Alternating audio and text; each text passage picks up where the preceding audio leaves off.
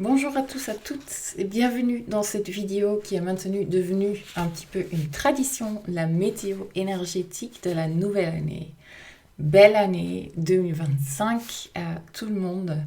Dans cette vidéo, je vais vous partager les tendances énergétiques de cette nouvelle année en regardant la numérologie et la symbolique qui accompagne cette nouvelle année, mélangée avec des ressentis sur ce qui se joue à l'intérieur de nous, à l'intérieur de l'humanité et à l'intérieur du collectif pour qu'on soit un peu mieux préparé pour entrer dans ce nouveau cycle, qu'on comprend quels sont les avantages, les opportunités que présente cette nouvelle année et quels sont les défis ou les difficultés qui peuvent accompagner cette nouvelle énergie de cette année 2025. Donc, première chose qu'on va regarder, c'est qu'on entre dans une année 9. Le chiffre 9 indique toujours en fin de cycle avant le début d'un nouveau cycle. Donc, c'est une année où on va compléter des cycles et on va déjà aussi commencer de nouvelles choses. Donc, c'est une année où on va clôturer des dossiers et des choses qui ont été parties, qui ont fait partie de notre vie les 9 dernières années ou même les 10 dernières années, des aspects de notre vie, des aspects de notre personnalité, des habitudes, des actions, des personnes qui étaient là et qu'on pensait éternelles, éternellement ancrées dans notre vie et dans nos habitudes, vont partir, mais d'une façon tout à fait naturelle, parce que tout ce qui va partir de notre vie cette année va être le résultat d'un cycle de transformation et d'évolution intérieure dans lequel on était toutes ces dernières années. Et simultanément, on va déjà laisser entrer de nouvelles choses dans notre vie.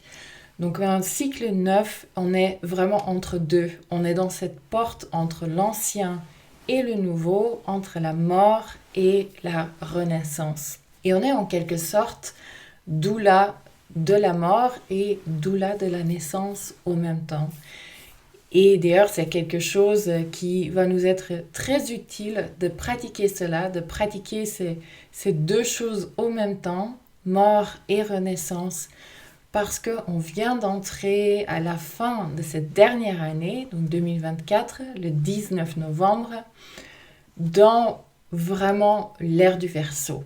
Pluton est entré en Verseau, ce qui veut dire que tout notre collectif va changer, de grands changements, de grands bouleversements dans le tissu de notre monde, le tissu de notre collectif. On va vraiment aller dans les profondeurs, dans les racines, regarder la façon dont on a structuré la collectivité de notre Terre, notre humanité, nos structures sociales, et on va commencer à repenser, à revisionner, à remodeler et recréer toutes ces choses qui créent le tissu collectif de notre monde et de notre société.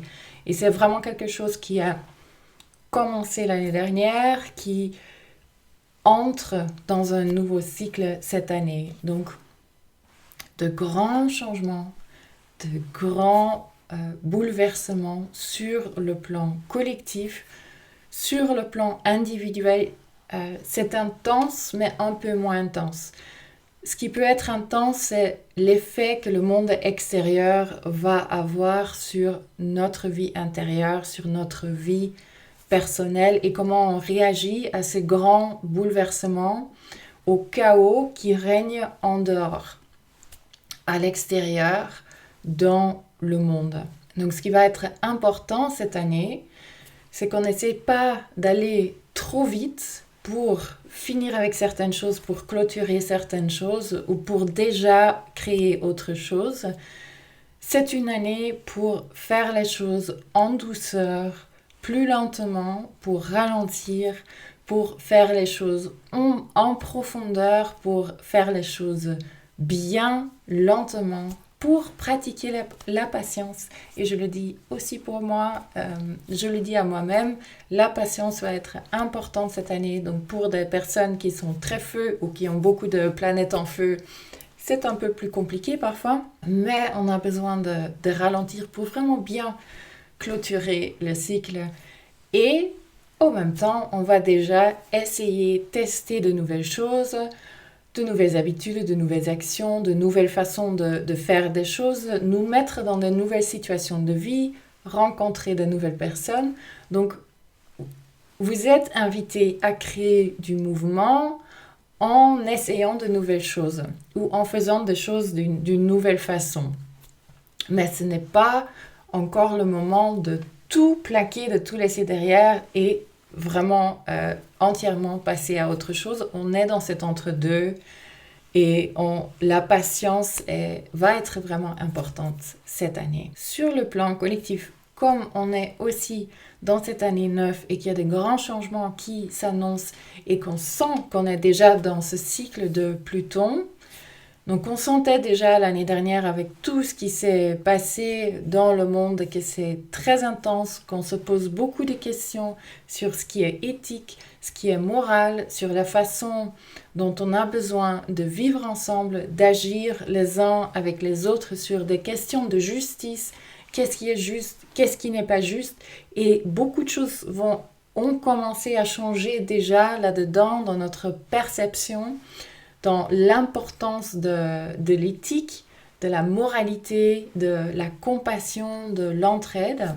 Et c'est quelque chose évidemment qui a commencé chez le peuple, chez la population du monde, pas encore du tout chez les structures en place, c'est-à-dire les gouvernements, les structures qui définissent encore les structures dans lesquelles on opère. Mais c'est quelque chose qui va devoir changer et c'est quelque chose qui va exploser sous pression de toute cette population mondiale qui commence vraiment à changer de posture, de position intérieure. Ceci dit, tous ces changements qui s'annoncent créent beaucoup de peur. Et on le voit dans les médias qu'il y a comme un narratif constant de peur qui est nourri aux gens pour garder les gens dans une énergie de peur pour pas qu'on fasse exploser ces structures limitantes qui ne servent plus l'humanité aujourd'hui. Et ce même mouvement peut avoir lieu à l'intérieur de nous. On peut être confronté à des peurs qui sont des peurs parfois inconscientes, des peurs de survie, parce qu'il y a tellement de mouvements et qu'il y a tellement de changements.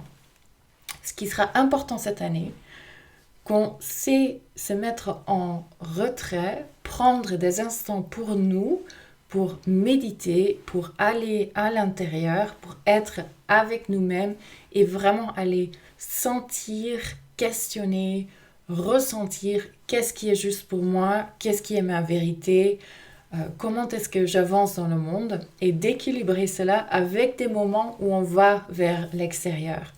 Mais quand on va vers l'extérieur et quand on mélange notre énergie à l'énergie du collectif, à l'énergie d'une communauté, qu'on choisit vraiment ces moments.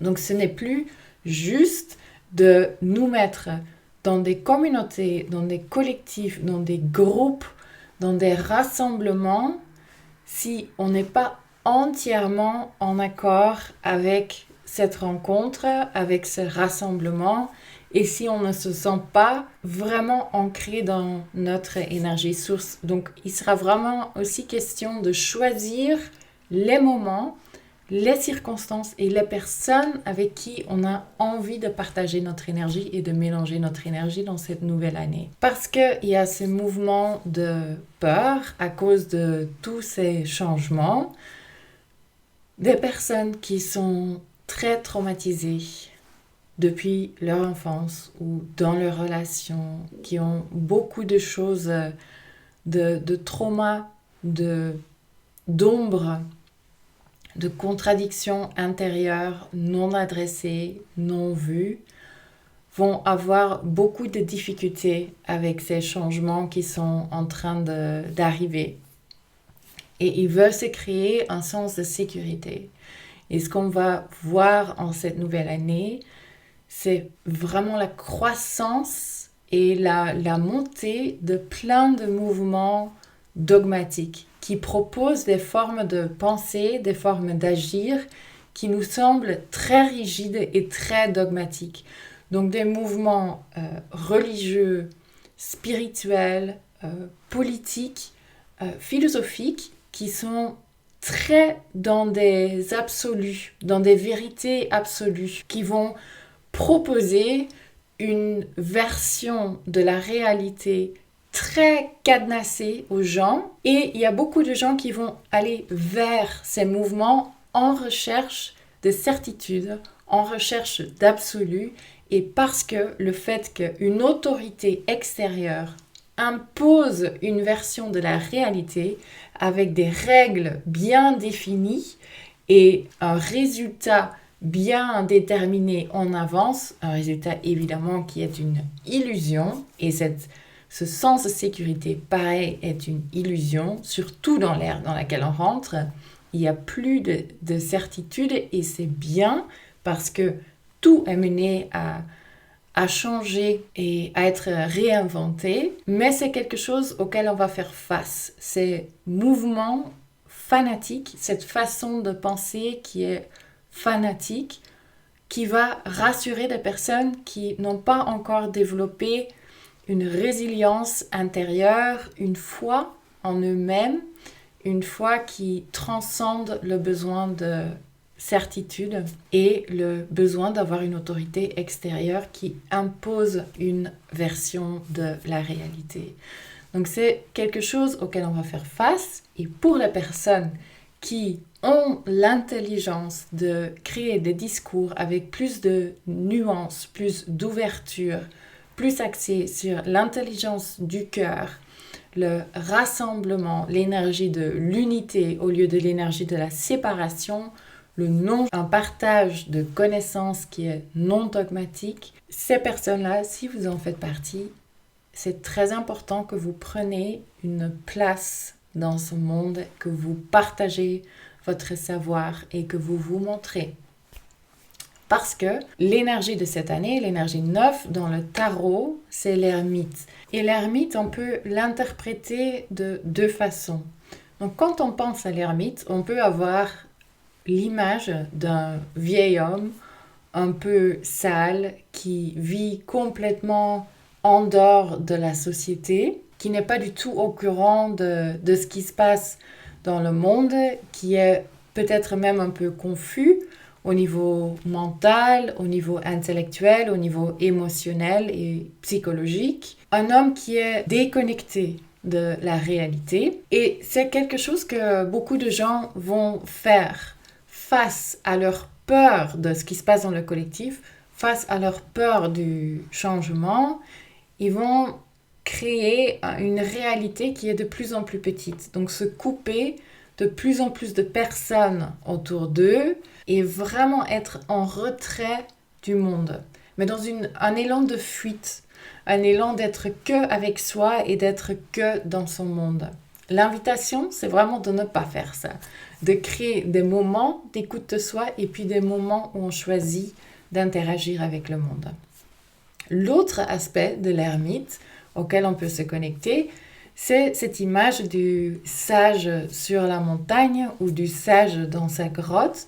Donc une personne qui a pris une décision consciente et intelligente de se retirer pendant un certain temps pour cultiver une connexion, pour cultiver une sagesse intérieure, et qui, une fois que cette personne sort de la grotte, cette personne est prête à partager sa connaissance, à partager sa sagesse et à montrer ce chemin de sagesse à d'autres personnes aussi, à être cette balise dans ces temps troubles.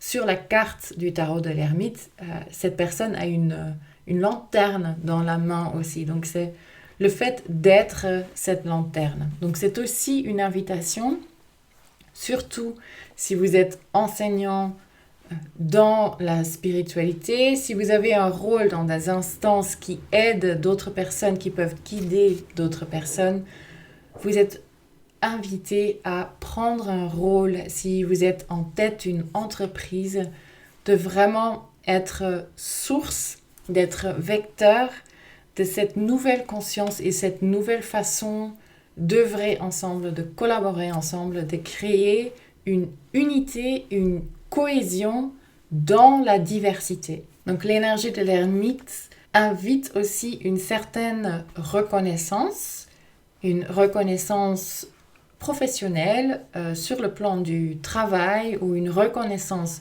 sociale pour tout ce chemin intérieur qui a été fait ces dernières années, pour tout ce qui a été développé, pour tout ce sur quoi vous avez travaillé. Donc c'est fort probable que beaucoup d'entre vous vont recevoir aussi une certaine renommée ou une certaine reconnaissance dans votre domaine cette année, ou même des récompenses pour le travail que vous avez fait. Et c'est agréable de recevoir cela, de ressentir cela, donc profitez-en, parce que vous allez le recevoir et en même temps, une part de vous va déjà être blasée de tout ce que vous avez réussi, de tout ce que vous avez créé ou cultivé, parce qu'une grande partie de vous va avoir déjà envie de passer à autre chose et de créer quelque chose de complètement différent. Sachez qu'il est important aussi de célébrer vos réussites, de célébrer le chemin déjà parcouru cette année avant de vraiment passer à complètement autre chose et proposer des choses qui sont entièrement nouvelles l'année suivante, donc en 2026. Des années 9 sont des années hautement alchimiques où on va dans les profondeurs. En plus, avec l'influence de Pluton en Verseau, c'est accentué. Donc attendez-vous à l'inattendu et apprenez comment danser dans l'orage et comment aimer le chaos. Le chaos n'est pas une énergie néfaste ou négative.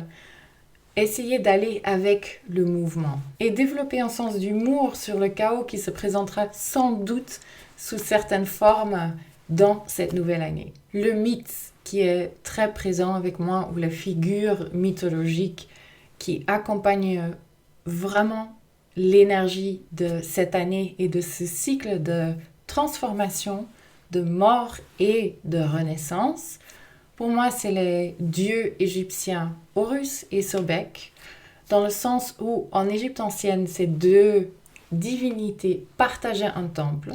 Horus, c'est le dieu faucon. Il représente notre part illuminée, notre part de sagesse, la part de nous qui agit depuis une conscience de l'intelligence de l'âme, l'intelligence de l'esprit, qui sait prendre de la hauteur et de ne pas réagir aux stimuli externes. Sobek, c'est le contraire, c'est notre part reptilienne. C'est la part de nous qui réagit par instinct. Cette part qui est bien utile pour nous protéger quand on est en situation de danger physique ou de danger émotionnel, où on se protège. Mais cette part de nous ne peut pas prendre les commandes. Donc la part de nous qui est censée prendre les commandes est la partie Horus, la partie qui représente le masculin divin, le masculin sublimé, celui qui sait créer une structure intérieure et une structure d'action qui est basée sur la part de nous qui est connectée au tout et qui n'agit pas depuis des traumas ou depuis des blessures ou depuis des peurs, qui agit depuis une conscience du cœur, depuis une conscience de l'esprit. Et donc tout notre chemin cette année va être de consolider ces deux parts de nous et d'avancer avec les deux. Donc l'idée, ce n'est pas qu'on laisse derrière Sobek, notre part reptilienne, notre part plus instinctive, mais qu'on la marie à notre part Horus, notre part qui est plus légère, qui est plus sage, et d'avancer avec ces deux parts de nous ensemble pour ouvrir un nouveau chemin. Ce chemin qui est le chemin de la foi, de la confiance en nous-mêmes, en nos capacités, la foi au divin, la foi en notre sagesse intérieure et la sagesse du cœur. Donc ça répond vraiment aussi à la question de notre ère, de cette ère dans laquelle on est entré. Est-ce qu'on choisit d'être médecine pour nous-mêmes et pour le monde ou d'être poison? Donc ça me fait penser au scorpion. Le venin du scorpion est mortel dans la plupart des cas, mais peut aussi être médecine. Et c'est un peu ce qui se passe à l'intérieur de nous. Quand on cache notre vrai soi, quand on cache des parts de nous-mêmes, ces parts de nous-mêmes deviennent un vrai poison pour nous-mêmes. Quand on cache notre vrai soi ou quand on n'exprime pas qui on est réellement, on crée un faux soi. Et on agit depuis ce faux soi et cette fausse image de soi-même. On crée en quelque sorte un hologramme de nous-mêmes dans le monde qui n'est pas réel. Et le fait d'être tellement en décalage intérieur et extérieur est très toxique pour nous-mêmes. Donc, crée plein de contradictions et de problèmes à l'intérieur de nous. Et de l'autre côté, si on s'aligne à notre vérité, si on exprime notre vérité intérieure de façon libre, on devient médecine pour nous-mêmes, mais aussi pour notre entourage, pour notre famille, notre communauté, notre groupe d'amis et pour le monde. Donc c'est vraiment cette question d'alchimie intérieure qui se pose cette année. Est-ce qu'on est en capacité de dépasser nos peurs, la peur d'être vu, la peur de déranger, la peur du changement et d'être dans une posture où on fait confiance à ces changements qui sont en train de s'opérer à l'intérieur de nous et à l'intérieur du monde? Ou est-ce qu'on crée des structures de plus en plus limitantes? Est-ce qu'on s'emprisonne?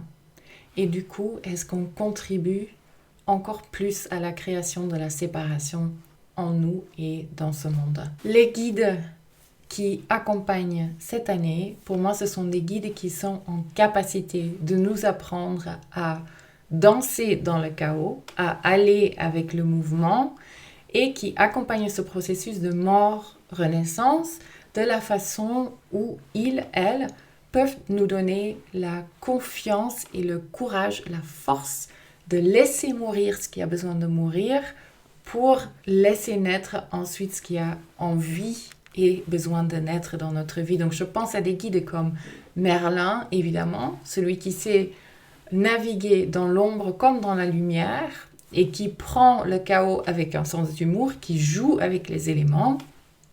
La déesse Durga, parce qu'elle nous apprend que parfois laisser mourir certaines choses est un acte de compassion, de ne pas s'attacher à des situations, à des personnes, peut être le plus grand acte d'amour et le plus grand acte de compassion qu'on peut avoir envers cette situation ou envers cette personne ou envers nous-mêmes, très important aussi. Des guides comme Perséphone, comme Anubis, comme Nephthys, qui peuvent nous accompagner quand on va faire ces voyages dans nos profondeurs, où on va vraiment aller regarder ce qui se cache dans ces parts de nous qu'on a un peu peur de regarder. Ça sera très important d'oser aller dans nos profondeurs et d'asseoir la structure de notre société humaine, de notre collectif aussi, sur plus de profondeur, plus de racines. Donc il va y avoir des allers-retours entre l'ancien, entre des choses que vous allez revisiter. Vous ne retournez pas en arrière, c'est juste une visite dans des pièces que vous avez déjà visiter par le passé pour voir ce qui a encore besoin d'être transformé et des moments où il y a de nouvelles choses, de nouvelles opportunités, de nouvelles énergies qui entrent dans votre vie et qui vous donnent envie de créer du nouveau. C'est normal ces allers-retours cette année, vraiment. Attention de ne pas vous isoler cette année. Attention de ne pas vous couper de toutes vos connexions sociales. Attention de choisir les moments dans lesquels vous partagez, vous mélangez votre énergie au collectif et à l'extérieur. Ne soyez pas dans des absolus, dans le dogmatisme. Créez une respiration, une ouverture, créez de la nuance dans votre façon de penser. Soyez doux et patient avec vous-même et avec les autres cette année. Invitez le mouvement vous-même en invitant de la nouveauté. Si vous êtes amené à guider les autres, c'est le moment. de le faire, de vous préparer à le faire sur plus grande échelle. Et si vous avez l'énergie, l'élan, l'intuition de participer à la création de nouvelles communautés, de nouvelles structures pour travailler ensemble, pour agir ensemble, c'est vraiment l'année de mettre en place cela et de commencer à créer ces nouvelles structures. Donc, je vous souhaite une très belle année 2025, de belles transformations et une bonne préparation pour votre renaissance en 2026. Profitez de tous vos acquis cette année aussi. N'oubliez pas de prendre le temps pour célébrer ce que vous avez déjà réalisé.